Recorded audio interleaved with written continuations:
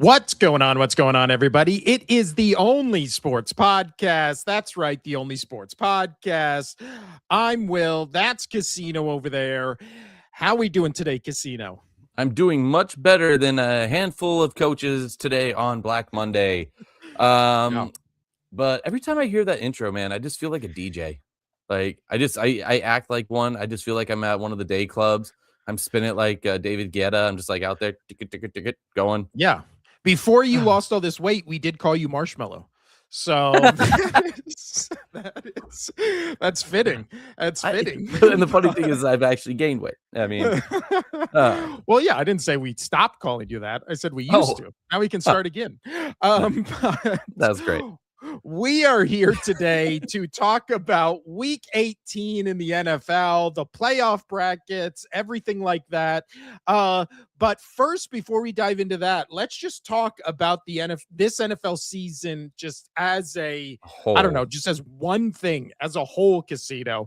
I will say, going into this playoffs, looking at all these playoffs teams, outside of maybe the Panthers, I really feel like you can make a legitimate case that any of these teams can win the Super Bowl. And I can't remember a time where we've had... You'd put the Steelers in that conversation.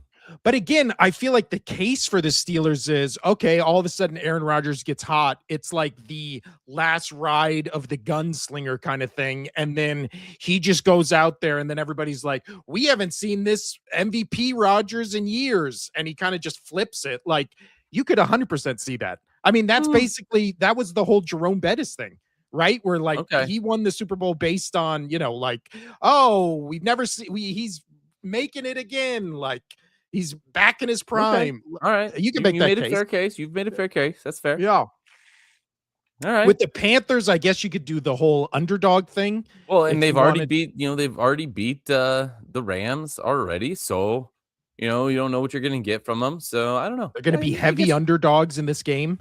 I mean, look at that one year, the Eagles, right? They were dogs in almost every single game. And what do? They go out and beat the GOAT. So who knows? It could happen. That's what I'm saying. Can you remember an NFL season that has just felt this wide open? Like, would anything surprise you? Would anything shock you? I had that talk with somebody last night at the bar. I was just like, the past few years, it was like always like 3 or 4 teams that you're like, okay, it's one of those. It's one of those teams that are going to win. The other ones, you might get an upset here or there, but as a collective, as all the other teams, they're not going to beat those 4 teams or 3 teams. This year, I don't know. I truly don't know. It's great. It's fun. I love every second of it. I think Seattle, I know you're not as strong on them as I am. I think they have I know they have the best odds currently to win the Super Bowl. And I would back that. And it's just because they got that 1 seed, they can rest. They're right there next to the site for the Super Bowl. You have to go through Seattle. That's a tough place to play. They're the loudest stadium. So yeah, home field advantage for the playoffs. Yeah, that was huge for them to get. If they didn't get that, I mean, I don't trust the Niners defense enough. Then I could have said it was wide open, even though they would have had home field advantage and possibly could have played the Super Bowl at home, which, I mean, they still could. But yeah, outside of that side, like the AFC, I have no idea. I have no idea. Well, also a team we're forgetting, Casino. Rizza Ashley says hi, and then he or she says, I like Ohio State. They could win it. I mean, we don't know. Yeah. Yeah. I mean, they could win it, right? They were like, these college playoffs. Let's lose our game. So good.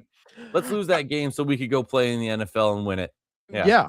Let's look at the NFC bracket first. So we have the NFC bracket, as we said, or as Casino just mentioned. Seattle won that Saturday game, which we're going to talk about in a minute when we go game by game. So they are the number 1 seed in the NFC. The first round matchups are Rams, Carolina Panthers, as the 4 and 5 seeds, the 7 and 2 seed, the Packers and the Bears, and then the 6 and 3 seed, 49ers and Eagles. We'll talk more about the minutia of this coming up, but when you look at this right now in the first round specifically, which game do you feel like sticks out to you?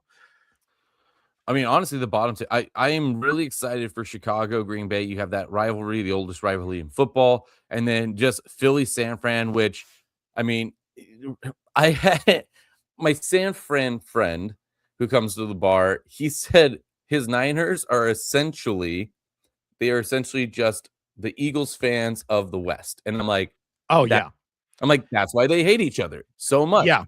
Same There's fan base. a lot of similarities. I work with a lot of 49ers fans, and they are as aggressive as I am, but with the 49ers. I am Like, so excited for both of these games just because of the rivalry standpoint, and I think they're gonna be good games. I think they're going to be both good games. yeah. Well, the 49ers, again, got ran all over by the Seattle Seahawks and have one of the Mhm. worst run defenses in the league. The Eagles had the best run offense in like NFL history, just based on numbers wise last year. This year, they have Tank Bigsby, who looks fantastic. Saquon Barkley, who even in a down year rushed for over 1,000 yards. And they have an offensive coordinator who, when the run starts getting going, they immediately stop doing it. So that's going to be really great when the Eagles have rushed for over 100 yards halfway through the second quarter, and then they never run the ball again and Yeah. somehow lose this game. So Yeah, and you have a again, rushing touchdown off of it and everything, and they're gonna yeah, and they're just dominating, and then they stop running the ball and keep doing and they're like, "Hey, 20-yard didn't bombs you down the field. know we are Yeah. supposed to get AJ Brown the ball? Didn't Yeah. you know this? Come Uh, on now." but also the crazy thing with the Packers and the Bears is in their entire history, this is only the third time these two teams have met in the playoffs. Isn't that Wild. insane? That That is is. insane. That's a weird fact. I don't like that. And then Rams Panthers. The weirdest thing is this is like the worst possible matchup for the Panthers because the Rams are the only ones that in these playoffs have legit like revenge on their mind. Like if Oh, they would yeah. have just played anybody else, they would have just been the lovable underdog. Against the Rams, it's like, oh yeah, they're probably pissed off that you beat him and basically cost them the number one seed. Like, Oh, yeah. 100%. Like, they're gonna come in with an absolute vengeance. I think Puka Nacua is gonna make at least 3. I think over or under 3 is the for diving catches or something that is just dumb where he's reaching around a player and he's just like, "Oh, my ball. This is yeah. mine." He's Everybody so good. fears the So old Puka good. Nacua reach around. That's what they fear. I mean, some may enjoy it. Yeah. On the football field, Those are though, I those don't those know. are those are sturdy hands. The grip on that guy. But let's the go to gloves. the let's go At to least the he's wearing AFC. protection. And in the AFC, it's the Denver Broncos clinch the number 1 seed. Then Frauds. the first round matchup, probably the matchup I'm most excited for is the outside of my team, obviously, is the number 6 Buffalo Bills at number 3 Jacksonville Jaguars. Next up is the 7 seed Chargers at your number 2 seed New England Patriots, and then the 5 seed Houston Texans at the number 4 seed Pittsburgh Steelers, which is on Monday night. And I can't believe that's the one game the league isolated as like the standalone primetime game to end the weekend. That is shocking to me. Maybe they're just That trying to felt give Pitt. Why? I know Pitts gets to stay home, but maybe they're just trying to give him a little extra rest. But I don't know. So there's 3 games I'm super excited for. It was the bottom 2 that we talked about. Your team versus the Niners. We got the Bears, Packers, and then Jacksonville, Buffalo. Very excited about. And yes, I'm excited for my team to play, but I do think the Patriots can handle the Chargers. You know, knock on wood. Just throwing that out there. Pitt, Houston, I'm not too excited because I don't really care for whoever wins that game. I think those are the 2 weakest in the AFC. Well, I don't know. Chargers. I'm not worried about them. I'm not worried about well, them. But I don't know. The Chargers should probably feel some type of way about their starting quarterback basically not having a working hand. Like his hand has just been injured for a month now. That's not good. That's not yeah. good. So But especially if you go to New England. Right. Ugh. Jacksonville, Buffalo. I'm so excited for this game. And the fact that Buffalo are favored and Jacksonville are dogs at home with what I mean, I don't understand. Like you said, they're your best team in the league currently. I still have them. I haven't moved much in. They're 2-3 with the Pats. Like those two I'll interchange those two teams, honestly. And I think the Pats are just too still in my heart because they're the Patriots, but I do think the Jaguars are that damn good too. Yeah, I can't believe it. I can't believe it. Bettors are going to come in. It is going to get skewed. And I have all the faith in Jacksonville. Why? Because Trevor Lawrence, he's still turning over the ball, but not as much as what he used to. And that is huge. Getting Jakobi Meyers at that trade deadline, massive. Just absolutely massive. Mm-hmm. And I've always liked him. When he was in New England, I thought he was great. I'm like, oh, we got to develop this guy. He's a great player. And then they're just like, nope, let's get rid of him. I hated that. I thought he had so much potential, and they weren't utilizing him like they should have down in, well, here in Las Vegas. Yeah. And, Pete Carroll, he got fired for that. Good on him. Yeah, I mean, utilize the players that you have. And Jakobi Meyers going over to Jacksonville was such a great move for him, for Jacksonville. And this is the best a quarterback has played in Jacksonville history. So great job. I'm really proud. Trevor Lawrence, you and I both kind of like him. We tried to have him as our MVP 2 years ago. We were dumb, but we wanted him to be. It's like the curse of us picking people to be MVP, because we picked last year or 2 years ago when we started this, we picked Trevor Lawrence. He's been down for 2 years. Then we picked CJ Stroud. He's been down for 2 years. This year, we both picked, I went back and looked. I picked Hurts, which, I mean, that's still up in the air. He didn't have a great I pick Jackson? No, you picked Lamar Jackson. And so, what is it? Also, last year, I picked Mahomes. So, I mean, we're just cursing. Whoever's our MVP pick just gets cursed into oblivion. Who do we not like? Who do we not like going into next season? Who should I Aaron say? Rodgers, buddy. Here come on down. Well, I tell him all MVP. No. This person says, Amanda Hall 1971 says the Steelers are the best team in the league right now. I think they might possibly be the worst wild card team right now. I think that is a closer pick right now. Also, yeah. I also have noticed this. We got if this was not a nasty rainy day, they would not have been in the playoffs. We got a lot of in the past week specifically, we got a lot of female subscribers. I'm assuming Amanda Hall is a female subscriber. So shout out to all the females listening to us, because I thought we would 100% be a male dominated podcast, but they like Marshmallow. I don't know what you're talking about. So take that guy who called us dumpy white guys. The women love the dumpy white guys. But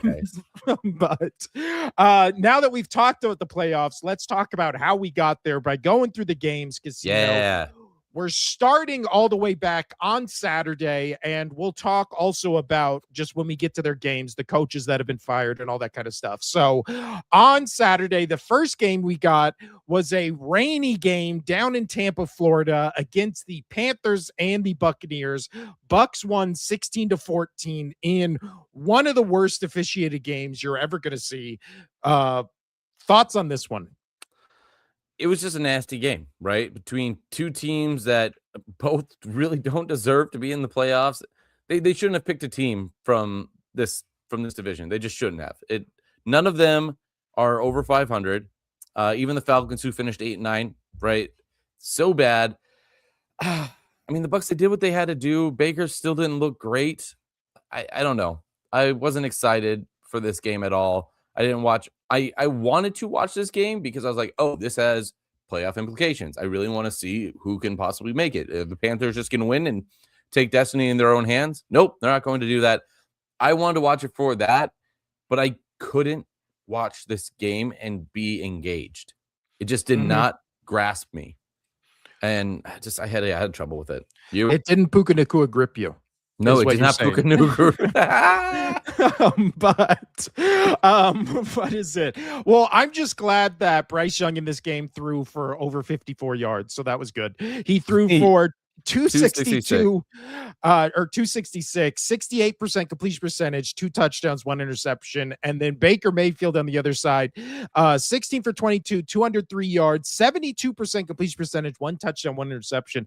It's so crazy how when you're watching the games, you're always just like, man, Baker Mayfield, he like runs for it. He's scrappy. He's always, diving for the first down. But then when you look at the numbers afterwards, you're just like, man, it's not like he had a good game. It No. always just feels like his game is so much better when you're watching it than what it actually is at the end of it. Because I'm gonna root for him. I know I like him, but also it was also just a nasty game, right? The weather wasn't great. I mean, you had that one where Rico Dowdle tried to do the flea flicker toss back to Bryce Young and cause the fumble. Like that was ugly, but I mean, it happens. Well, also, I believe Rico Dowdle needed like 20 yards and he to get like some, how they always do those incentive bonuses at the end of or going into the last week of the regular season. He had 7 attempts for 10 yards. So I don't think he hit his incentive. No. And man, were they trying to get it for him. But he wasn't like he was the Patriots, man. It felt like every single Patriot player got paid on sorry. Every time I looked up because I was helping the kids and whatnot. Every time I looked up, it was just like, oh, this person got another $500,000 incentive. And then like 5 minutes later, $500,000 incentive. I'm like, oh, every single player is getting their payday today. Okay, cool. You know what? I kind of like when teams are just like, this last game doesn't matter. Let's just get our guys paid. I think that's a nice tradition that I actually kind of like. But as far as this game goes, I think the officiating and how the Bucs won definitely left a bad taste in everybody's mouth. So thank God this game was mute because of what happened in our next game we're going to talk about, which is the Falcons winning 19-17. So the crazy thing is, if the Falcons would have won one more game this season, them winning this game would have put them as the NFC South champion. So I was looking they would have been back 9-8. That's how numbers work. Yeah, exactly. But they would have also had the tiebreaker over all the other NFC South teams. So I was looking at the Rams schedule and I was like, where's the one game they definitely should have won that they ended up losing? And I got to November 30th where they lost by 3 points against the Jets. Do you remember that game? That was the one where Kirk Cousins, missed it at the end. The Jets came back for 2 touchdowns in the fourth quarter. Was that also when the coach was like doing his little dance? I think so. So this is one of those, again, the NFL is the best sport in the world because of how much every single game matters. And even when you're watching like, week 8 matchup, you're like, this will have ramifications at the end of the season. 100%. And that's exactly what. Yeah, like baseball, you lose a game, you're like, all right, it's a game. Dude, baseball, you could lose 10 games in a row and you're like, I mean, this really doesn't matter that much. It's like, we're okay.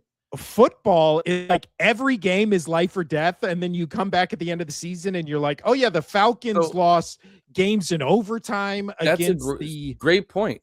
So going back when the Patriots won the Super Bowl against the Rams that season, for my brother's birthday, we went out to New England for his birthday in September. Their home opener was against the Texans. That game was the tiebreak game to see seeding into the playoffs. And like that game mattered. And then the Patriots ended up going and win the Super Bowl. Like we thought about it. We looked at it and we're like, holy shit. If they didn't win the game that we were at the beginning of the season, the entire playoffs could have looked different. Pats probably wouldn't go to the Super Bowl. I forgot who they were playing. But I was like, yeah, that's wild. Like they really matter every single game.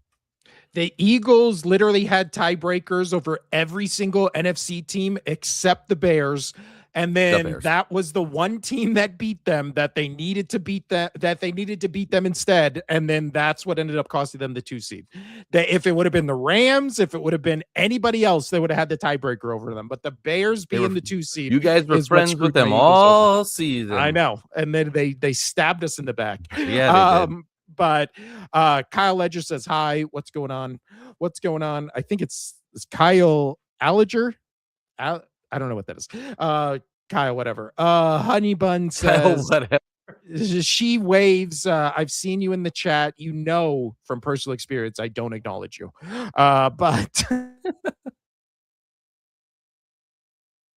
friend.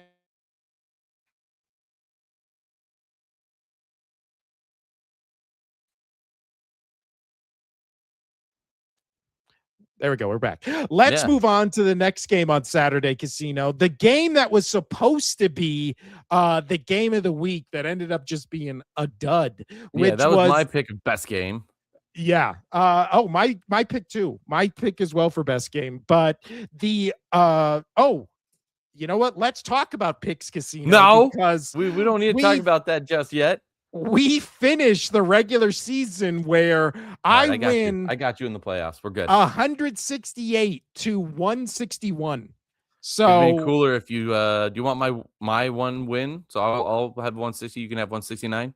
Nice. Well, I was going to say, I think we have to do something where we just both give us a point. So we're going to do that now. You know what? Just for a great season for both of us. We both had a great season. So that it just adds 1 point. So the final point total is 169 for me. Nice. 162 for Casino, which means I win by 7 games after being down at 1 point by like 5. So how embarrassing. How embarrassing for Casino. I took big swings, okay? Yeah. And then I don't care. I'm still wearing an Oracle cap for calling that the Chiefs would not make the playoffs. So everybody suck it. Well, the game that made me win the final weekend and swung me 2 points was I picked the Vikings in an upset. So you picked the Packers. So I got 2 points on that game, and that game ended up last time I ever try the Packers. But we're talking about the Seattle Seahawks and the San Francisco 49ers.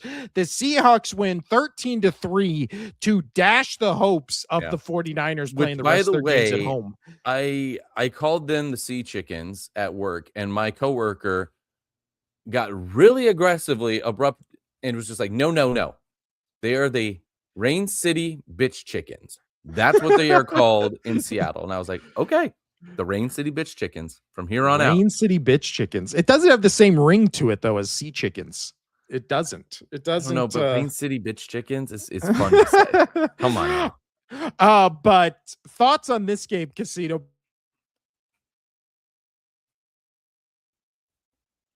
Their games, they play every game at home.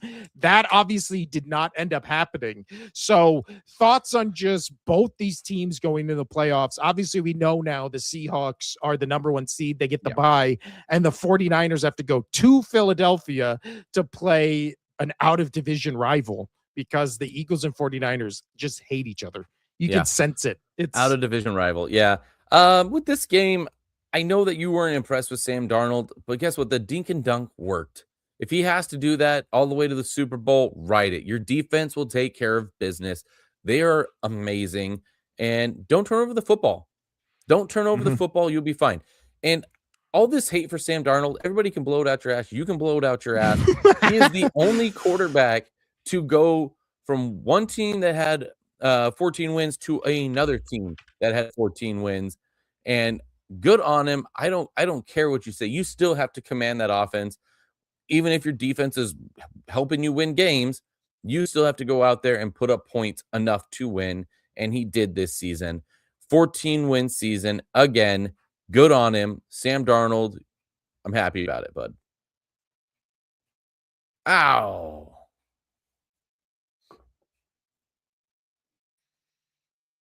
All right, we're back. I don't know what happened. I don't either, but we're back. What is it? But the Sam Darnold thing is it's what's insane to me is that he has 14 interceptions on the season. He has, I believe, 5 or 6 more fumbles to add on top of that. So when the broadcast, when they were introducing Sam Darnold, they were like, oh, hey, Sam Darnold, 25 touchdowns on the season, 20 interceptions. That's insane. That is insane that is a quarterback of the number 1 seed team. And again, the Seahawks defense is great.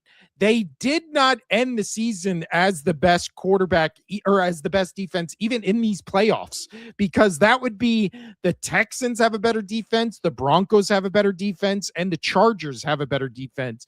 The Seahawks are 6th in the league in total defense. So, do you think this defense is good enough to carry the Seattle Seahawks team to a Super Bowl? I do. Especially playing at home. That's going to be loud there. It's going to be hard for the other offenses to, hear what's going on. You're going to see a lot of this in the huddle. Truly, I do think this defense can help carry this team. And as long as Sam Darnold's not throwing interceptions, Dean can dunk it all the way to the Super Bowl, buddy. You got this. Let's go. Yeah, there was also he almost lost a fumble in this game and then recovered it. I just think he's a turnover machine. And as we all know, you want to know who else is a turnover machine? Trevor Lawrence. And guess what? Guess what? You have him and that team as the best team in the league. Yeah, but has he turned over the ball that much this season? Yes. Let's see. He has 12 interceptions on the season, and he has... Oh, where's fumbles? Fumbles. I can't find fumbles. Yeah, I don't know how many fumbles he has. But again, let's see. He's lost 2 fumbles. He has 14 turnovers on the season. Sam Darnold has 10 more than him. Now you're just adding numbers to it. No, not 10, maybe 6. Always Random says hi. Honey Bun says you guys keep freezing. And then Danielle Barris Sports Highlight says happy Monday. Hey, everybody. What's going on? Yeah, we also can't do anything about the freezing. I don't know. Sometimes our internet's good. Sometimes it's bad. Call Cox Cable and yell at them. I specifically restart the internet so it wouldn't be like this, so that it still was. But again, that is a good point you make with Trevor Lawrence. But again, I just have seen Trevor Lawrence play good in the playoffs. There was that one where he did that big comeback against Justin Herbert and the Chargers. I've never seen Sam Darnold play good in the playoffs. And again, how many years in a row have we seen a team have a first round bye and then they come out in their first game and just look dead? Like they just look like they have no momentum. They're gonna be fine. They're gonna be fine. You're freaking out. They're gonna be fine. Well, the first, let's see, they could realistically in the next playoff game play either the 49ers, the Packers, or whoever wins in that Rams-Panthers game. You're telling me the Rams go to Seattle to play in Seattle. You think you're picking the Seahawks over the Rams? Yeah, I am. Oh. I would not. I have no faith. And it's because of home field advantage, man. It's home field advantage. Yeah.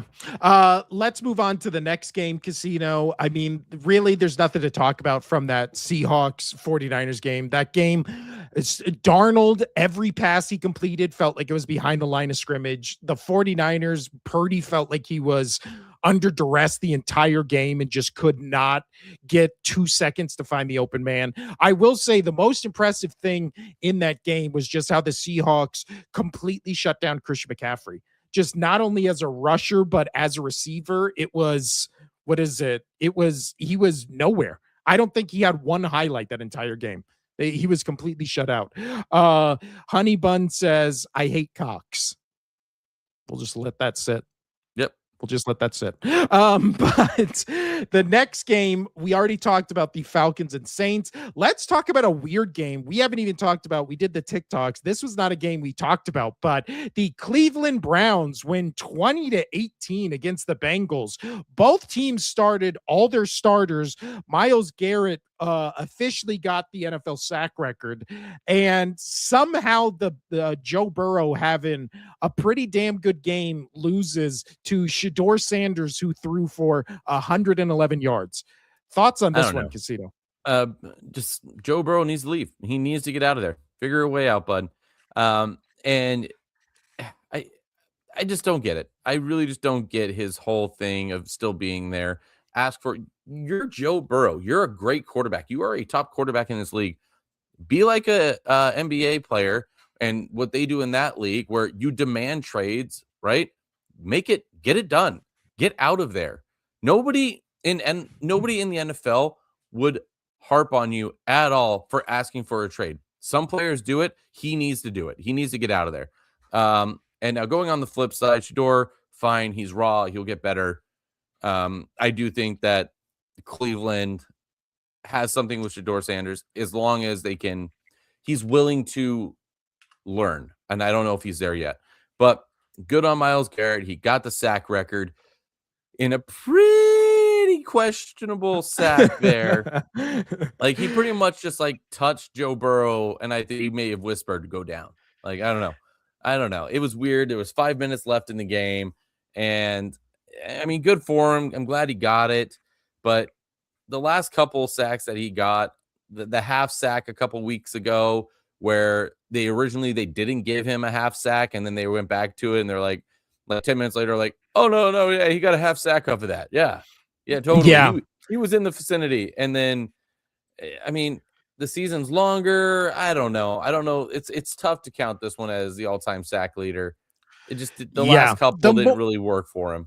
Well, the more we add games, the more like all these, decade-long records just keep getting broken all the time. And it's just one of those things where it's like, okay, I feel like we have to kind of put asterisks on this thing where it's like, we're saying this guy obliterated records that were set in 14-game seasons. Like, it's like now we play 4 more games a season. And it's like, yeah, no shit. I bet those guys would have had more sacks, more rushing yards, more receiving yards with 4 more games that season. Yeah. Like, especially in, the era of like a Barry Sanders or an Eric Dickerson. Like, you don't think those guys were rushing for over 2,000 yards plus in an 18-game season? Like, especially Barry Sanders, where they were never playing for the playoffs. Like, in Myles Garrett, he didn't do anything in this game. He literally had the one sack. He had the one tackle. That is it. Yeah. And then there was last week where he basically got shut out by a rookie tackle the entire game. So again, in the history books and for this season, he was gifted a half sack because I didn't agree with the call on that, especially when it was like 10 minutes after. And then he literally just like put like 2 fingers on Joe Burrow's hip, and Joe Burrow fell to the ground like he was a dying rabbit or something. Well, also on the Browns side, speaking of offense, the Shedeur Sanders had the worst regular season QBR for a Browns quarterback ever, which is saying something to have the worst QBR for one of the worst quarterback franchises of all time. Do you think Kevin Stefanski makes it past today, or do you think he's fired? Oh, he's done. Oh, he is done. Yeah. Oh, I haven't seen that. Oh, okay. Yeah, Kevin Stefanski, he got fired today. So yeah, Pete Carroll got fired, Stefanski got fired, Morris got fired, Gannon got fired from the Cardinals, Callahan got fired from the Titans, and then Daboll, right? So you have all those guys. So oh my gosh, I'm the one that shocks me the most is that Cardinals head coach. He's such a good coach. How did he get fired? I was told by every Cardinals fan for the past 2 years. Yeah. But yeah, I mean, So yeah. Let's move on to the game everybody wants to talk about. We're getting a lot of comments about it, which is Bears versus Packers. How do you think it goes, or how do you think that goes? We'll get into that mostly next episode on the matchups. We're just kind of wanting to go over what just happened this weekend. Do you think the Bears are a threat if they play 4 quarters instead of the final one? Yeah, but the issue is they're called the Cadillac Cats or the Cardiac Cats for a reason, because they don't play anything but the 4th quarter. Yeah. I mean, they won 6 games this year, where they won it in the last 2 minutes. They were trailing in the last 2 minutes, and then they go out and they win. Like 6 games. That's a lot. Packers should win, but I wouldn't be shocked if the Bears keep it close. And then the most important question is, by Ben having won, do you goon? The only people we goon for our wives, buddy. Only people we goon for our wives. And this says, what are your opinion on the Seahawks? We just talked about the Seahawks. Again, Casino trusts Darnold. I do not. I trust Darnold to dink and dunk. Yeah, I trust that Seattle defense. So let's talk about the game everybody wants to talk about, which is the Detroit Lions winning 19-16 in Chicago. Yeah, that's what we want to talk about. The Bears fighting for the number 2 seed. They kind of walk into it because the Eagles sat their starters. Lions take care of business, even though Jared Goff was doing his damnedest in that 4th quarter to give this game over. Thoughts on this game, Casino? Yeah, I thought it was when they tied it 16-16, I was like, "Okay, can they do it again?" I thought it was done, set in the water when Goff threw that pick right there near the end zone. I thought this was done. I thought it was done. Yeah. Um, and somehow the Bears still lost it, and your team ends up your team ends up staying where they're staying. So I don't know, man. Like, uh, it was rough. It was a rough game. And Jared Goff, what happened to you, bud? That was the greatest move that the Rams could have ever done, was get Stafford. They won a Super Bowl off of it. I know that the Lions, they got all these players, but they haven't done shit with it. Yeah, they won last year, but you didn't get to the Super Bowl. Figure it out. Bears, Ben Johnson's good, but you said it in our TikToks. He feels like he's just relying on way too much creativity, and they're not Mhm. really focused on winning games. They're out there for the flash. They're looking for that. Hey, look at this highlight reel of the 1-2 punch, the uppercut that we did that did not knock out the opponent, but this was cool, right? This was kind of cool. Look what we did. I would take my shirt off in the locker room. Kind of cool. I'm kind of Well, cool. it's also, what is it? Again, he keeps taking shots at other teams that while It's not doing good. nothing in this league. It just, again, I sent you this this morning, which I will he was obviously getting grilled for starting his starters and then losing the game. And he said, some teams they rest their starters, we don't, we play football. So then how come you didn't win? How come you were the heavy favorites at home? How come you're actually fighting for something and you started your guys and again put up 16 points at Right. home? So you Yeah, no, couldn't I score more than 2 touchdowns in I a didn't must-have understand it that. game? Like, see, like your Eagles, you guys sat players, right? And you Because had honestly, you had well, the potential, and that was, hold on, that was fine. And you guys had the potential just to move up a seed. It wasn't like it was worth something else. So my Patriots, they played their starters for a couple reasons. They had some players coming back. They wanted them to get some reps in. Um, and also they had still a chance to get the 1 seed. So they went out there. Yes, they ended up pulling their players before the game ended, but that's a reason to keep your players out there. This one, I don't know. I don't. You should have probably pulled your players because you're either the 2 or the 3. You're doing okay. You're not fighting for the 1 anymore. yeah. So there was a big difference there. I had trouble really at first on with my team having their starters in, but I'm like, okay, we could still go for the 1 seed if somehow the Broncos stumble and the Chargers win with the backup with Trey Lance. We might get this, but I digress. So I we can actually talk about these two games in congruence with each other because they Yes. were going on at the same time. They did have implications for one another. So Eagles lose 24-17. Eagles were at home. They rested all their starters except Devontae Smith, who they kept in for I think like half a quarter just so he could get over 1,000 yards for incentives and all that kind of stuff.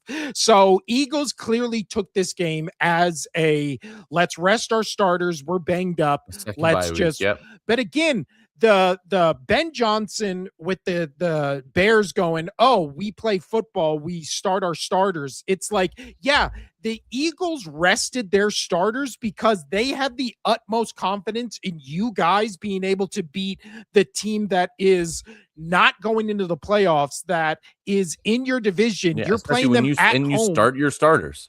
Yeah, with something on the line. But again, also, there's been a lot of talk after the fact of, oh, well, Eagles should have played their people. Eagles should have played their people. And Yeah, it's like, I've heard of that. Like at halftime, they should have been like, "Oh, look what's happening over in that game. Let's get our guys out there. Let's try to get this dub." yeah, which again, I don't think would have been the right move because again, if you're the what is it? If you're the Bears, now all of a sudden you're going into a game for first wild card weekend against a team that has almost beaten you twice this season. You got lucky beating them the last time with that last minute, come from behind victory. But now you're the Bears. You're going into the playoffs at home with zero momentum against a divisional opponent when you just lost at home to a divisional opponent. So Mhm. now, if you're the Bears, you go, oh, well, if we just would have rested everybody, we would have said we were confident, that we were going to get the second seed regardless, you would have backed into it anyways. And you would have also been like, oh, well, what a genius move by Ben Johnson. He got the 2 seed, didn't even have to play anybody. Now you're playing the very next week at your home stadium after basically, being gifted the second seed because the Eagles had the utmost confidence in you guys that they were basically relegating themselves to, oh yeah, we're going to be the third seed no matter what. Like, let's just rest everybody. And again, everybody just takes every week in a vacuum. Last week, when the Eagles played the Bills, they lost in that game 4 starters. They lost their kick returner. They lost Barkley. They lost Jalen Phillips, the star defensive end they traded for, who's been a monster this season.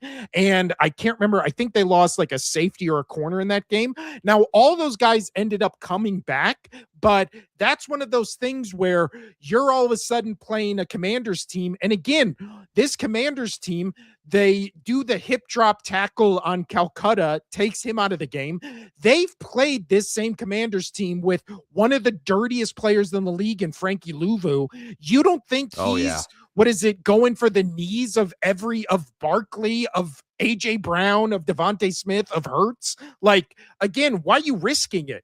They lost. This Eagles team did. I think it was in the year after they played the first Super Bowl against the Chiefs. They lose that wild card game against the Bucs, mostly in part because they lost AJ Brown and I think a defensive starter in the last week of the season, just trying to win a game for seeding. So it's not like the Eagles haven't been in this scenario before where they played the last game of the season and lost people. So I think the only one that was justifiable, or the only couple, were obviously for the number 1 seed in the NFC. You got to play all your starters. And then the Patriots having a hope, they needed to play theirs, and the Broncos played their starters. That was for a first round bye. That is an important game. Besides that, you shouldn't have done it. You shouldn't have done it. When the Pats were up, when the Pats hit 30 points, I was screaming for them to take out all the starters, and they're like, oh no, let's go get another touchdown. And when they got that last touchdown of that game, I was just like, take them out. If I see a single starter on offense or defense from here on out, I'm gonna lose my shit. I'm going to lose my absolute shit.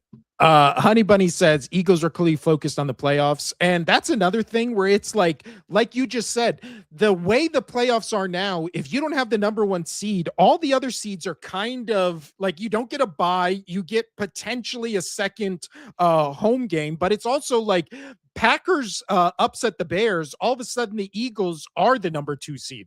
It's not a guarantee that all of a sudden the Bears are going to blow out this Packers team. Again, they were losing to both games of that Packers team. And one of them, they needed 100%. A miraculous comeback in the fourth quarter to beat them anyway. So it's also, there's going to be so much talk this week about the Eagles should have rested their starters. Eagles win next week, Bears lose. And all of a sudden that game means nothing. And you got an extra week of rest for, again, a team that you're young. Possible outcome. Yeah, it is. It's again, we talked about the playoffs at the start of this episode. Any outcome for basically any of these teams, it's all wide open. If any of these teams upset any of these other teams, it's like Panthers beating Rams would be shocking, but it would also be like, well, they already beat them in the regular season, so maybe they just have their number. It would be, you wouldn't be in Monday night. If the Steelers beat the Texans, you would have been like, oh yeah, I haven't believed in the Texans in a month. It's like none of these outcomes are insane to me. Right. But so again, as an Eagles fan, final button on this, I had no problem with them sitting their starters. I was glad they didn't bring out the whole offense after halftime and just been like, now we're going to try to win it. Because again, they could have still lost the game. And then it's like, oh shit, we can't even beat the Commanders. Going into the playoffs, It's just, again, I think the right outcome was the right outcome. Now let's talk about your Patriots in relation to their game and then Denver's game against the Chargers. So Denver wins 19-3. Your Patriots win. Oh, where is that game? Your Patriots First up. win 38-10 against Miami. So the Chargers just basically sat everybody and said, Yeah. let's see if Trey Lance can beat the Broncos. Broncos Let me started tell you everybody. this, Trey Lance cannot.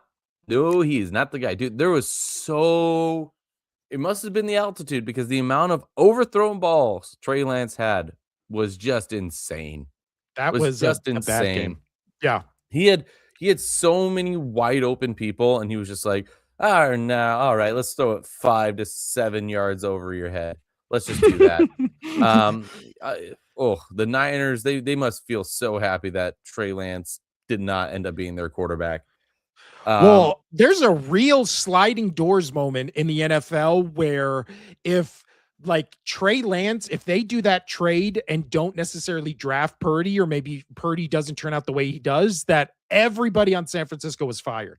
Because remember, they gave up a lot to get Trey Lance, and Trey Lance doesn't even look like he can be a backup in this league. No, like Trey I think Lance he's a practice squad kind of guy, dude.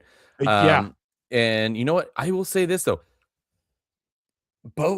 I'm not impressed with Denver. I think they are true frauds. And I argued with somebody last night at the bar. They're like, "Oh, well, they still got, they're the number 1 seed, And I'm like, "Okay, well, they also had an easy schedule as well as my team." And they bring that up. They're like, "Well, your team had an easy schedule too." And I'm like, "Yeah." But the difference is how many I've watched a lot of Broncos games. There's so many close Bronco games that you're like, "Oh," especially as of late. Like, are they going to lose this? Like, is the other team going to come back? And I mean, the Raiders, I think, was one of them. The Chiefs, I know, was one. The Chargers, I'm like, all these divisional games, and I know divisional games you got to take with a grain of salt here, but here I got to look it up. I got to pull up what these last games were, right? So hold on, while you're doing that, Henry Abensky says, I have a Houston's Rams Super Bowl. Honey Bunny says Week 18 games are always weird. They are. Yeah. You have a Houston's defense Rams Super Bowl because that offense won't be there. Henry Absky says Patriots lost to Raiders. They did week 1 with basically a brand new team. So, but that is also what we were talking about earlier, how every game matters. Patriots win 100%. That game. They're the number 1 seed. Yeah. 100%. But yeah, so what I was going to say, like going back, so the Broncos, they got beat by the Jags. The Packers was a closer game. They almost lost. They were a touchdown away from losing to the Raiders. They were a point over the Commanders in overtime. Then the Chiefs, they only won by a touchdown. And Grant, remember, these are teams that are not playing with their starters the last 2 weeks. And then you have the Raiders as well. And Commanders were banged up. They had their backup. Like these games are so close. And yes, the 19-3, you look at that and you're like, okay, well, they handled them. I watched all that game. I watched the side by side with my team. The Broncos did not look good. No, the Broncos did not look good. And again, Chargers were resting everybody. Yeah, and one of those they were. And one of those touchdowns, I'm not going to give that pick 6 on Trey Lance. That hit his receiver in the hands. Like, not a soul around him. Hit his hands, popped it up. That's not on him. That's not on Trey Lance, in my opinion, at all. Was it thrown maybe a little behind? Oh, maybe a little bit. But you are a receiver in this league getting paid millions of dollars. You have nobody around you. It's uncontested. You should be able to catch a ball that is, instead of your chest, it's at your shoulder. Figure it out. Fucking figure it out. Sorry. I was a little mad about that game, but going now, I guess, to my team, I'm not worried about the Broncos. I honestly don't think the Broncos. I think the road to the Super Bowl, granted, the Patriots can get there. It's either going to go through Jacksonville or it's going to go through New England, because I do not think it's going to go through Denver. I just don't. Yeah. And I'll tell you what, this is, people say hot takes. This is a legitimate hot take. Louis Renault says, hot take, Rodgers is a top 3 quarterback in the playoffs currently. That is a hot take, because I feel like you can argue it. I'm not mad. I'm not mad at that take. What he did in that second half, like, I was like, okay, that's his best half of football this year. He looked pretty good. That's what I'm saying. Good. There is a possibility that he just resurrects himself. And I'll debate you on this one. I mean, we're not necessarily disagreeing. Not disagreeing at all. But yeah, there's a real shot that we just get one last ride from Rodgers and they kind of take the Mhm. Steelers deeper than anybody thinks. But as far as your team goes with the Patriots, I do think I agree with you where, again, these playoffs being wide open are never more evident than when you look at the number one seeds in both the AFC and NFC. The AFC, the number one seed, the quarterback is Bo Nix. In the AFC or in the NFC, it's Sam Darnold. These are not like world shakers. These are Yeah. not guys where you're just like, I'm terrified to see that guy in the playoffs. Like, I could basically see them, what is it, losing both games and not be shocked. I'm going to be Yeah. shocked if Seattle and Denver lose in the second round. Like, not shocked at No. all. No, because most likely Seattle's going to get the Rams, and most likely Broncos are going to get the Texans. That's most likely because I do think the Jags can take care of business against Buffalo, and then my Patriots take care of the Chargers. So I could truthfully see that. But let's get to my team, the Pats, playing the Dolphins. I know the Dolphins had almost all of their starting offensive weapons. They were not playing this game. However, the Patriots have been doing what they're supposed to be doing all season. And I'm beating a dead horse when I say this. Everybody's like, oh, it's their schedule. Sure. But what they are doing is they are destroying these easy teams. They are taking care of business. The one that was close and you were like, I don't know. It was when they played the Bengals, but I was like, yeah, but you look at that game, they lost 5 starters that game and they had to completely change their game plan on the fly. They still won that game. Like that was different. So I wanted them to have the number 1 bye, obviously, to rest some players, to get some players back. They're still missing out a lot of players, especially on defense, which is not great. Spillane is out. You have Tunga is out. There's another player I'm missing out on here. Anyway, but you got some players that are 100% needed for that run game, especially. Milton Williams came back. Thankfully, he had a pretty good game, but they need more players to show up and get healthy. But what I loved is they were able to rest a lot of their players. Yeah. When they played the Jets, they were able to rest a quarter and a half. They were able to rest an entire quarter in this Dolphins game. So I'm much happier with that. You got the people who did come back. They got some reps. They got 3 quarters with the reps without injuring themselves. Thank goodness. And going from there, I do like the Patriots. Their offense, I'm not worried about the Patriots offense at all in the playoffs. They have been taking care of good defenses all year, even when those defenses were healthy. And so I'm not worried about that. I'm worried about the Patriots defense, who are a good defense. They are really bad at turnovers. They're not getting turnovers, but with them not getting turnovers, can you tell me what their exact defense overall is? I know you kind of had that pulled up. Their total defense for the Patriots is 8th.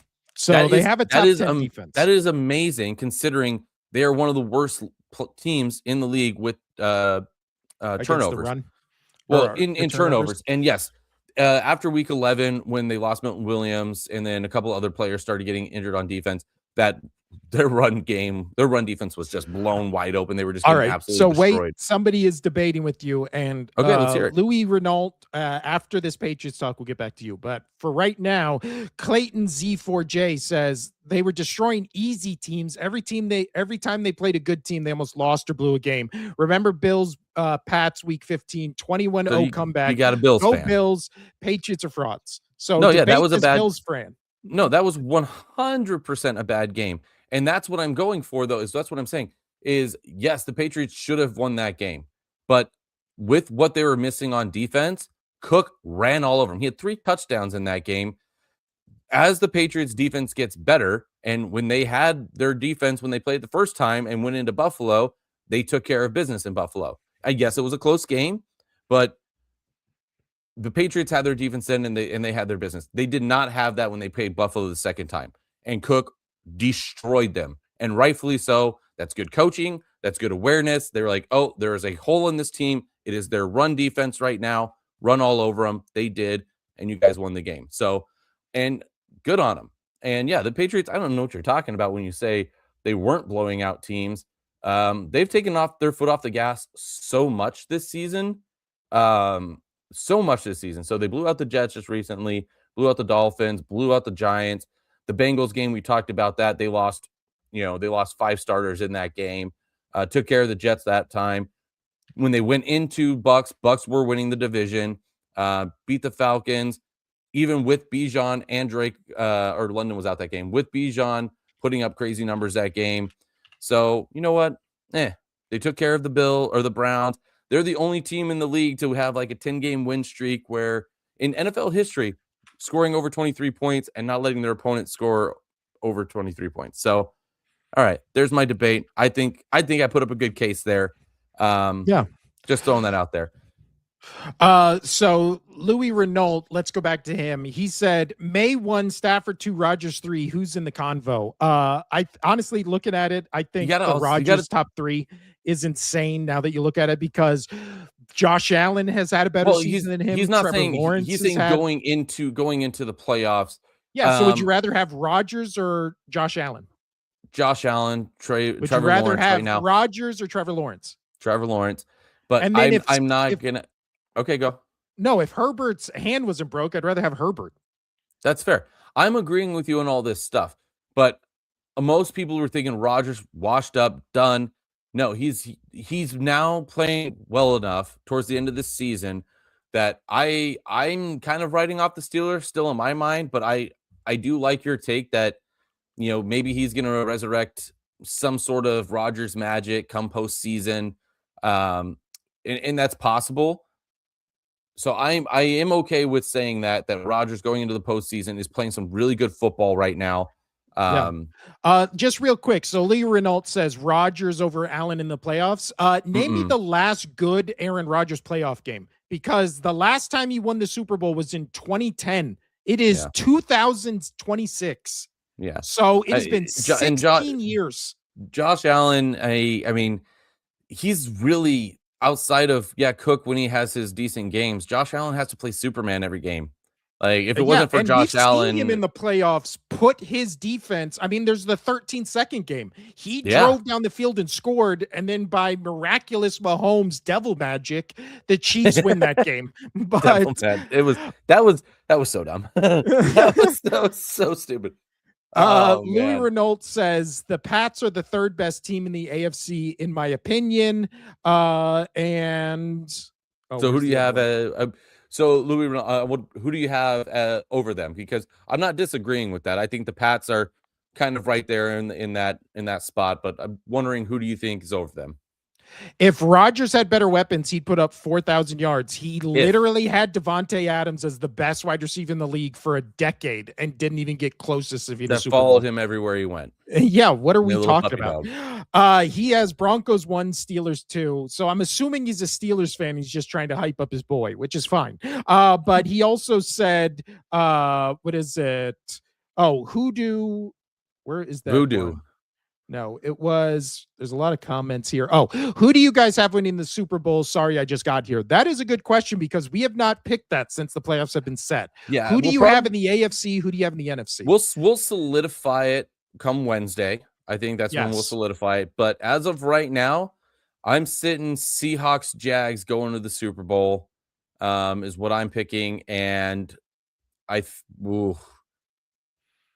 think I might be picking the Jaguars currently right now. I think they're kind of rolling into the most complete team currently. Yeah. I think in the AFC, I think it's going to be Jacksonville, because I think the hardest team they're going to play on their path to the Super Bowl would be the Bills. So if they beat the Bills right now, I don't think the team they play in the second round is going to beat them. I think I'm going Jacksonville in the AFC, and in the NFC, I don't see. I want to pick my Eagles. It's great. It's wide open. It's wide open.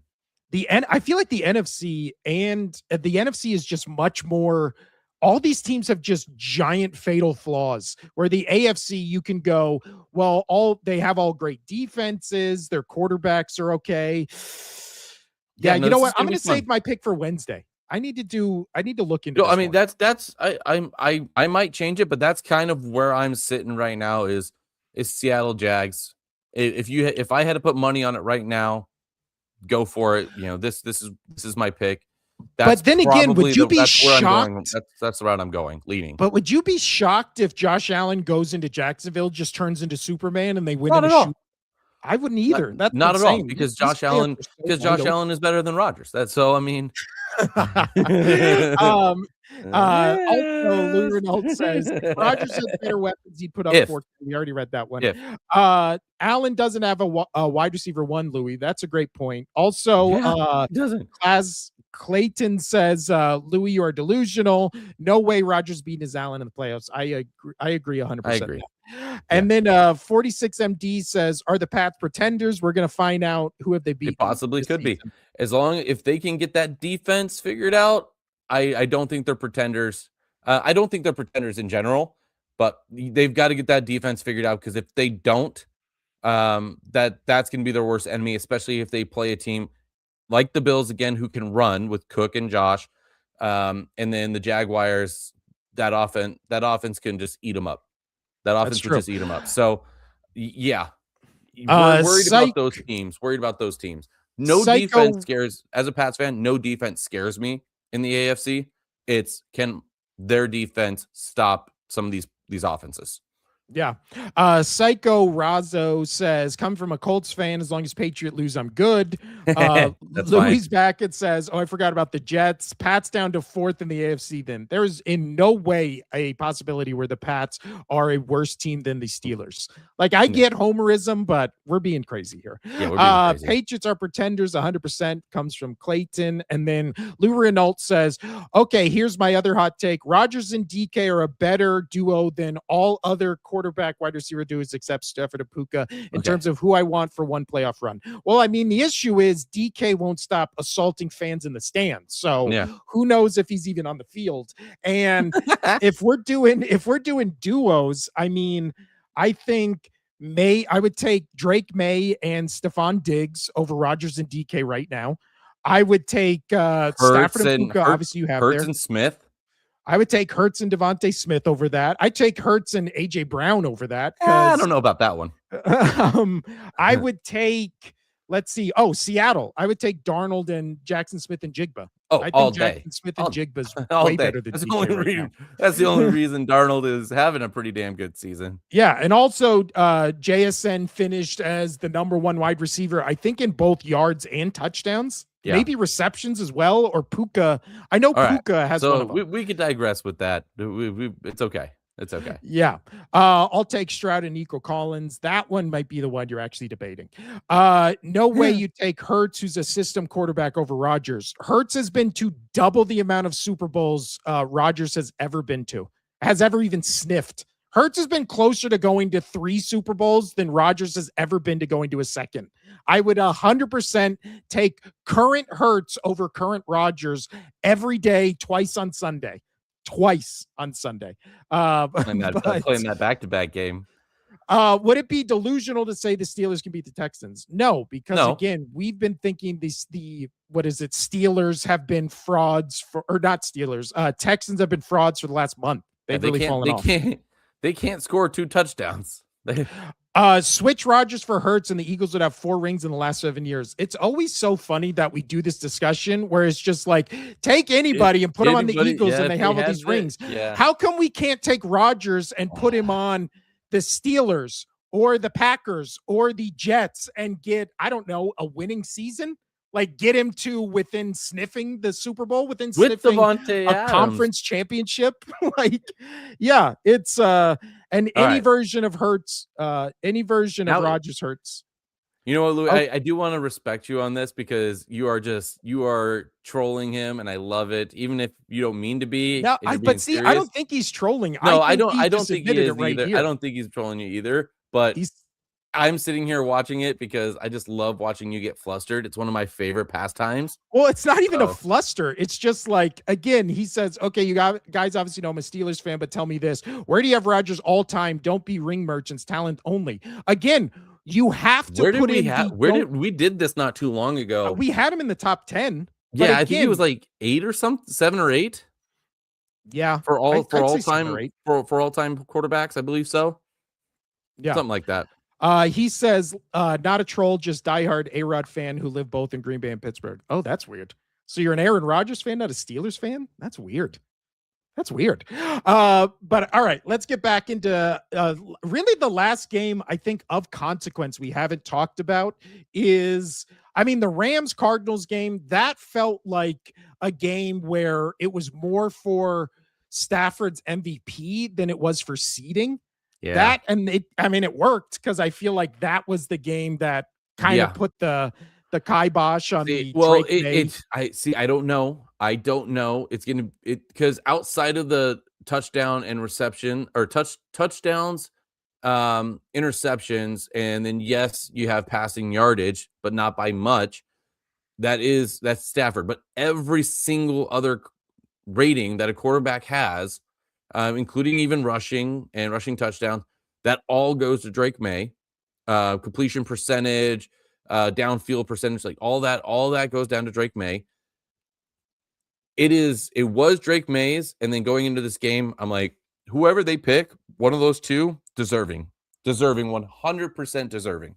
Even if Drake May loses this, will I be like, damn, yes, I'll be like, I wish my boy got it. But if Stafford wins, I'm not mad.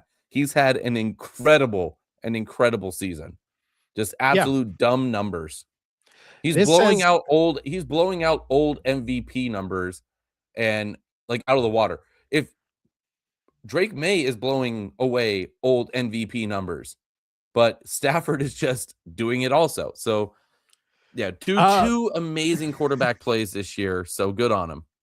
All right, so now this has turned into a Hurts-Rodgers debate. Louis says, Clayton, you get it. Louis, Clayton just called you delusional 3 messages ago. So, but it's also, Clayton says, Hurts honestly is being carried by the defense and his wide receiver core. Take Josh Allen, for example, has basically no wide receivers and carries his team. Hurts is a system quarterback that if you put on another team would fail. Many people forget this. Hurts in his first year starting took rookie Devontae Smith. You're just feeding him more rant juice. Hurts took rookie Devontae Smith and Travis Volcom or Volcam, whatever his name was, and the 29th defense and took that team to the playoffs.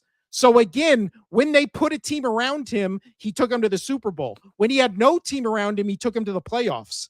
Like, what more do you want? That's the only example you want. Rodgers with the top 5 defense went to New York with his number 1 wide receiver, and they got the first pick in the draft. Like, can we stop with this whole, like, Rodgers now? Rodgers in his prime, you're taking 100% over Jalen Hurts. Rodgers now, you put Hurts on that Jets team with the top 5 defense. How is that not the Eagles right now? He would have a top 5 defense and a number 1 wide receiver. I've seen what Jalen Hurts does with those teams. He takes them to the playoffs. He takes them to the Super Bowl. Rodgers is doing backwards passes to Devontae Adams. For a 4-win team? Like, it's just, we got to stop this debate. But wait, you guys said Rodgers 8 all time. That's delusional. Something I think like that would be delusional putting him higher up. I think we did do this discussion. We did. I don't remember where ass. It might have been. I don't remember what number we put him at. All right. You good? Last thing. Would you trade Rodgers for Hurts for the playoffs only for the Eagles? No, he would not. 0% chance I would ever. Do I hear what? A doorbell? My ears are ringing. Maybe. Name 7 quarterbacks over A-Rod. I mean, we've done that. We've done that. We'll have to go to the archives and find that one. You know what? Come back on Wednesday. We'll make the list. Wednesday, we'll do that. We can talk about his legacy. We'll tie it into talking about the Steelers wildcard game. So last game we wanted to talk about. Because we all know Tom Brady's number 1. That's all I care about. Yeah.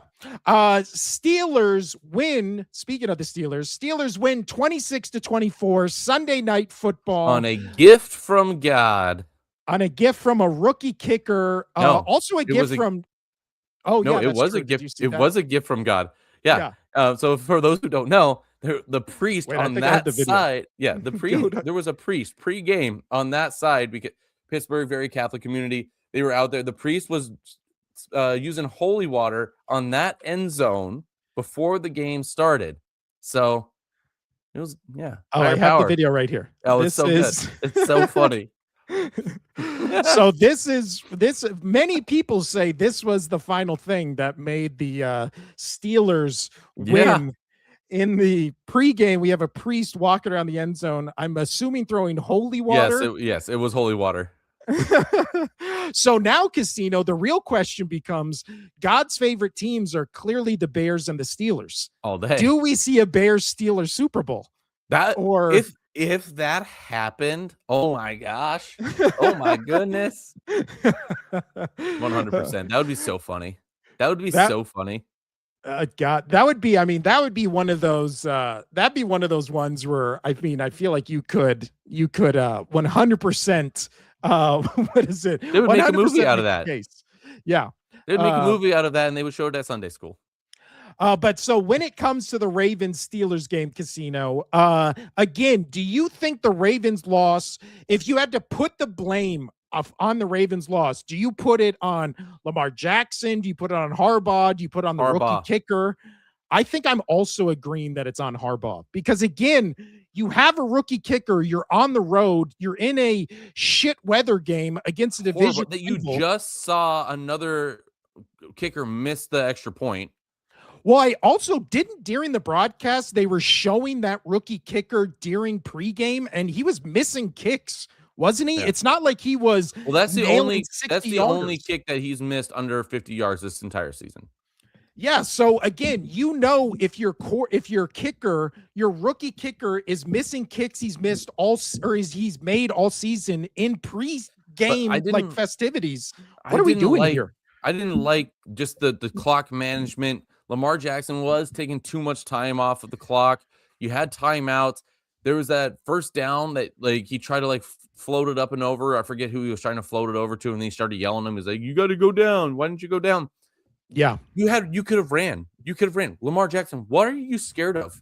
You used to be this elusive running quarterback. Are you afraid to get hurt again? Like, I mean, legitimately, I'm not mad at you if you are. Like, getting hurt sucks, but you're getting paid a lot of money. Basically, this is a playoff game, and dude, you needed to control that clock in that game. You wasted 40 seconds of that game, and then at the end, you had to just, instead of taking another shot, which I didn't agree with, I thought they still had another timeout. Why did you just go to the right? Try to run up the middle for at least 2 to 3 more yards. Yeah, wouldn't have helped at the end, but maybe the psyche of the kicker that could have helped. Instead of kicking a 49, you're kicking a 30, 45, 44. You're kicking a 39-yard field goal. Yeah. Again, I don't know. And again, that is not solely on Lamar. That's play calling. That is bad clock management. Harbaugh should have stepped in. I'm surprised we haven't seen John get fired yet. I'm too. I do think he's I'm using his first name now because I think I finally got them figured out after the last 10 years on who's who. So I don't know.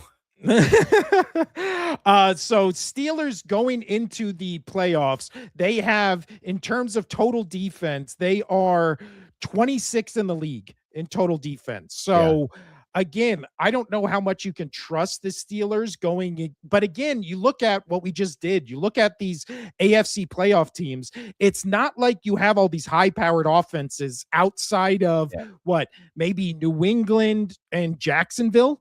Like everybody else, the Bills, again, are so hot and cold with offense this year.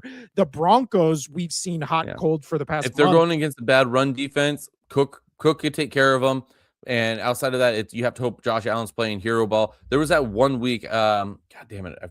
Who did they play? I think they even lost that game where Josh Allen just did not look right. It looked like he was maybe sick or something. And he was just not there. Yeah. He was not there. We just because we're talking about Josh Allen, what do you think of him starting the game to just go one play, kneel it down, and then go out of the game to keep his consecutive game streak alive? I don't like it. I don't like it. Just if you want to be the Iron Man and whatnot, you got to go be the Iron Man. Go do it. Go do it. You got to think that this game against Jacksonville is the biggest game of Sean McDermott's life. Yes. Josh Allen's life. I mean, it's more on McDermott. They got to get this done because you can't knock Josh Allen. Like, he's done everything. I know everybody's like, well, he hasn't beaten the Chiefs in the playoffs, this and that. And you even say it. But you know what? He does everything he fucking can. But no matter to win these what, games. no matter what happens in that game, it's going to be like, oh, so now he can't beat, what is he? He can't beat Patrick Mahomes and he can't beat Trevor Lawrence. Like it's going to be, that's going to be the narrative. Even if he throws for 5 touchdowns, a perfect passer rating. No, and then that's when it comes down to Sean McDermott. Something has to go. I said McDermott should have been gone at the end of last year. Like you need to get this figured out. I really think it starts up at the coach right now, because you have a gem. You have an absolute gem. You have no Mahomes. You have no Jackson. How in the hell do you not win? You have Bo Nix, Drake May, and again, it's not me knocking them, but CJ Stroud, Drake May, Bo Nix, and old Rodgers, Trevor Lawrence, who's a turnover machine, broken hand Herbert. Those are the guys you're going against. I know. You don't win the Super Bowl. If you don't even go to the Super Bowl this year, Josh. Well, honestly, Buffalo, if you look at Clayton makes a point. He says, I'm a Bills fan, and I think we are losing to the Jaguars. I don't think we are consistent enough. Defense isn't stopping. Lawrence and our offense have been looking inconsistent. I will say, you look at the AFC playoff picture of the potential tems they could have played. Jacksonville is really the worst case scenario for this Bills team. It would be the worst case scenario for the Pats. So I truly think this is what's going to happen. This is why I'm tentatively picking the Jags. Is worst case scenario for the Bills first round. 100%. I agree with him. And then Patriots, I do think they'll get past the Chargers. What's going to happen? They're going to have to play Jacksonville. And I don't trust the Pats against that Jacksonville offense as players start to come back on the defense. Again, I think it would be a shootout in that game. I do. I think both games would be a shootout, but I like Jacksonville against both the Bills and the Pats. I do.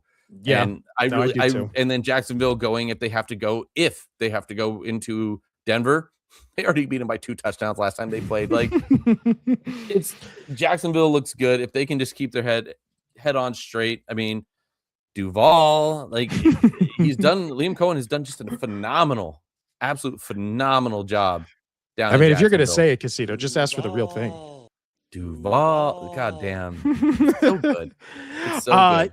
Yeah, so last to put a pin in the Steelers-Ravens game, I mean, again, Lamar Jackson was asleep in that game for almost 3 quarters. He threw that first quarter touchdown, and it was like, all right, here we go. Proceeded to not do anything for the next 2.5 quarters, and then kind of turned it on in the fourth. Well, it wasn't even that. I honestly think it was more that both of those touchdowns at the end were 100% due to Flowers making great route, great cuts. Like, dude, he juked the defense twice to where he was wide open in the back, absolutely wide open. I mean, I don't care what kind of receiver you are, to juke the defense twice in this caliber of a game, to be that open, good on him. That's on Flowers. That is not on Lamar Jackson. Well, also, the Steelers are 29th in the league in pass defense. So, again, it's a team you can pass on. They're 13th in the league in run defense. So, their run defense is supposedly much better. They got Aaron Rodgers. It's fine. 20 attempts, 126 yards. He was averaging 6 yards a carry. Again, when you're in these one-score games, why are you not handing the ball to Derrick Henry 10 more times in that game?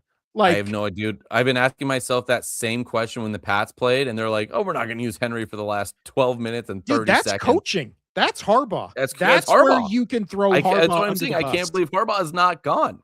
I don't know how John has a job in Baltimore right now. I just don't. Yeah. And then I mean, Louis losing his mind over I know he us is. talking about the Steelers. He's saying, okay, why are we hating on the Steelers when we have TJ Watt and Cameron Hayard? We have good D, just bad stats because of schedule. Buddy, so you have bad stats because of schedule. Rodgers is bad. All it sounds like is you need is all it sounds like is you need an offensive defense and some rule changes. Yeah. And then we'll end the episode on this. These two, because they're coming. Commenting. I truly appreciate it. Thanks for help driving the show. I appreciate that. And also Wednesday, or especially Monday, we better see you back here. Steelers win or lose. We better see you back here. We would love it. Let's go. We'll end the show on these last two comments. It takes a shot at me and then takes a shot at you. So here we go. Hear it. 46MD says, Pats beat one team with a winning record this season. That was the Bills. I know you play the schedule you have, but I don't think they have really been tested by really good teams. Well, I do want to say this. Been tested. They did beat the Bucks when they had a winning schedule, so they had to. Well, that's true. They did beat the Bucks when the Bucks were still on their high horse. And then this one, see, that one's attacking the Patriots. This one's attacking, I guess, both of us, because it says it includes both of us, even though you're not. Clayton says, y'all are meat riding Hurts for no reason. I'm not. The reason.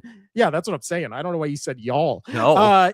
He is not the reason they went to the postseason. Diabolical. I would rather have 42-year-old Rodgers than Hurts. Fight me about it. I mean, the argument is Hurts has the Super Bowl MVP from 2025. Rodgers has the Super Bowl MVP from 2010. So which of those years are closer about to just last another 10 minutes here? No, that's all I have to say. That's the fight. Would you rather, Casino, I can give you $1,000 in 2010, or I can give you $1,000 in 2025. Which would you rather have? You can't invest it. You have to spend it. So I don't know. I was 20 years old when Rodgers was last in the Super Bowl. I was 35-year-old when Hurts was in the last Super Bowl and won the MVP. I'll take the money now. I'm 35 now. I could use it now. So that's the only argument.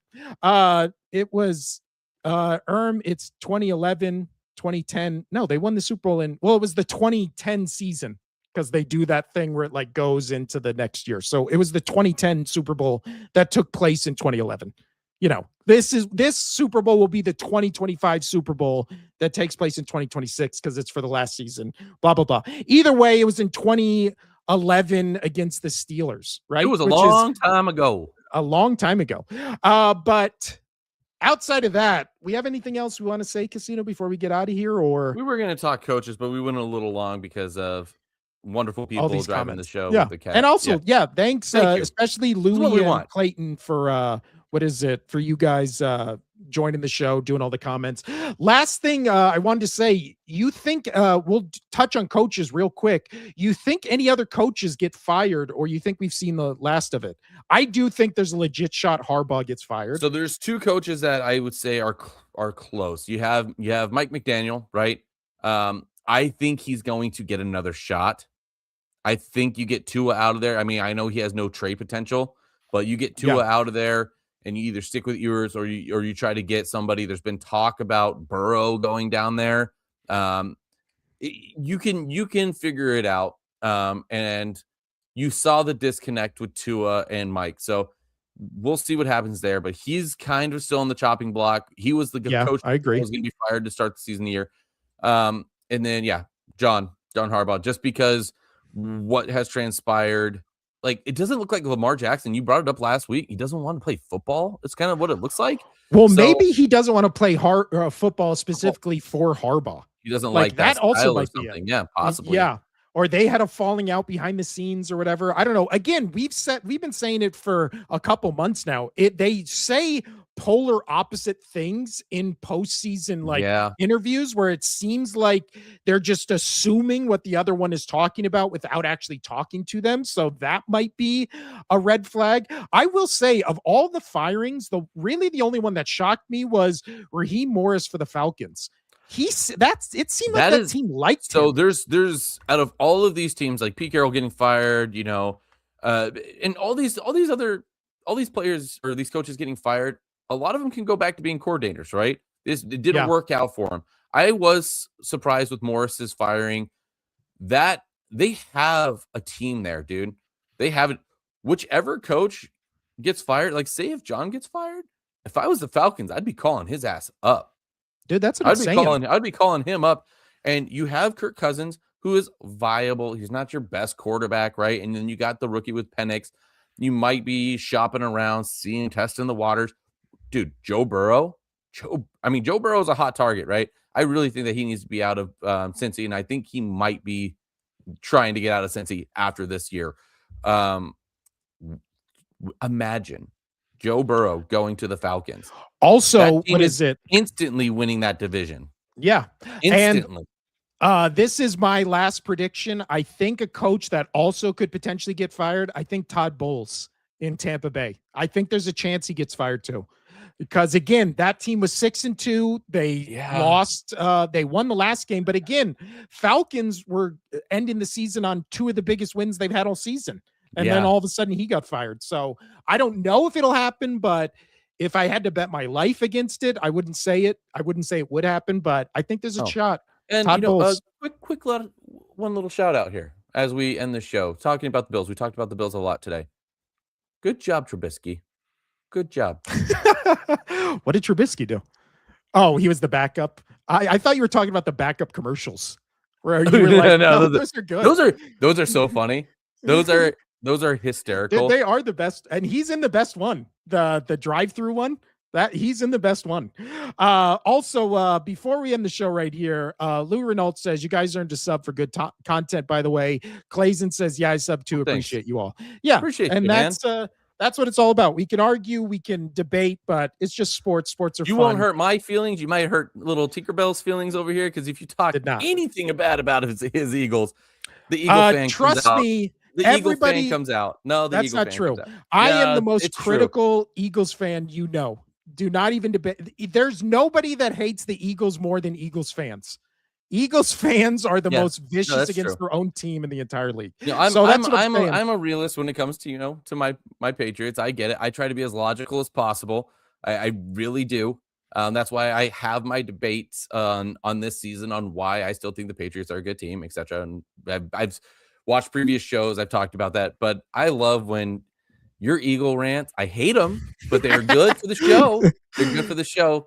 So yeah, if you guys ever want a 20-minute just Eagles rant, watch Friday shows, because Friday shows are really funny because they're supposed to be, no, that's not true. I haven't ranted about the Eagles in a while since I literally titled an entire episode "The Eagles Rant." So and I know which one I was away for my brother's wedding on that one, and I was with somebody who watches the show. Shout out Palm and I. We were sitting there, and he was listening to the show during the reception, and he comes over and he goes, "Have you heard him?" He's like, he just starts the show going, "Sorry, this is an Eagles rant," or something like that. Yeah, and it was literally 45. It was after they lost to the Giants on Thursday night, and I just went 45 minutes, and I was like, I was going to talk about other stuff, but I can't. Yeah, we listened to like the first 15 minutes of it, and we were just like, we can't. And then we went to the bar, got some drinks. We're just like, no. I did not listen to that show. We just Clayton says, how would you feel about the Eagles second half offense versus the Bills week 17? I mean, we talked about it on that show after it happened. Didn't love it. Not a huge fan of it. But yeah. Again, shout out to Louis Renault and Clayson Z4J. You guys basically helped us make the show like half an hour longer than it usually is. So we are back here every Monday, Wednesday, and Friday at 1 p.m. West Coast time, PST, live here on YouTube. We also go live on X and Rumble as well. So go check those out. Download just the audio versions on wherever you get your audio podcasts. So 2026, the year of the Only Sports Podcast. That's what we're trying to do. So share, like, subscribe, do all the things. Appreciate you guys for listening. Big things to come. We're going to probably get back into our studio here shortly. So look forward to that and seeing a little bit different, and we'll be face-to-face. We'll be playing footsies together. So that'll be good times. Don't worry. You will not be able to see that. It'll be under the desk. No, our cameras are wide enough. You will be able to see under the tables. So there you go. We are going to be playing footsies. There you go. I'm Will. That's Casino over there. This has been the Only Sports Podcast. We will see you on Wednesday, where we'll preview all the wild card shows, and then Friday, where we do the last power rankings of the year, the last Super Bowl bubble before the playoffs. So we'll see you Friday. Casino and I will be back here Wednesday. Adios.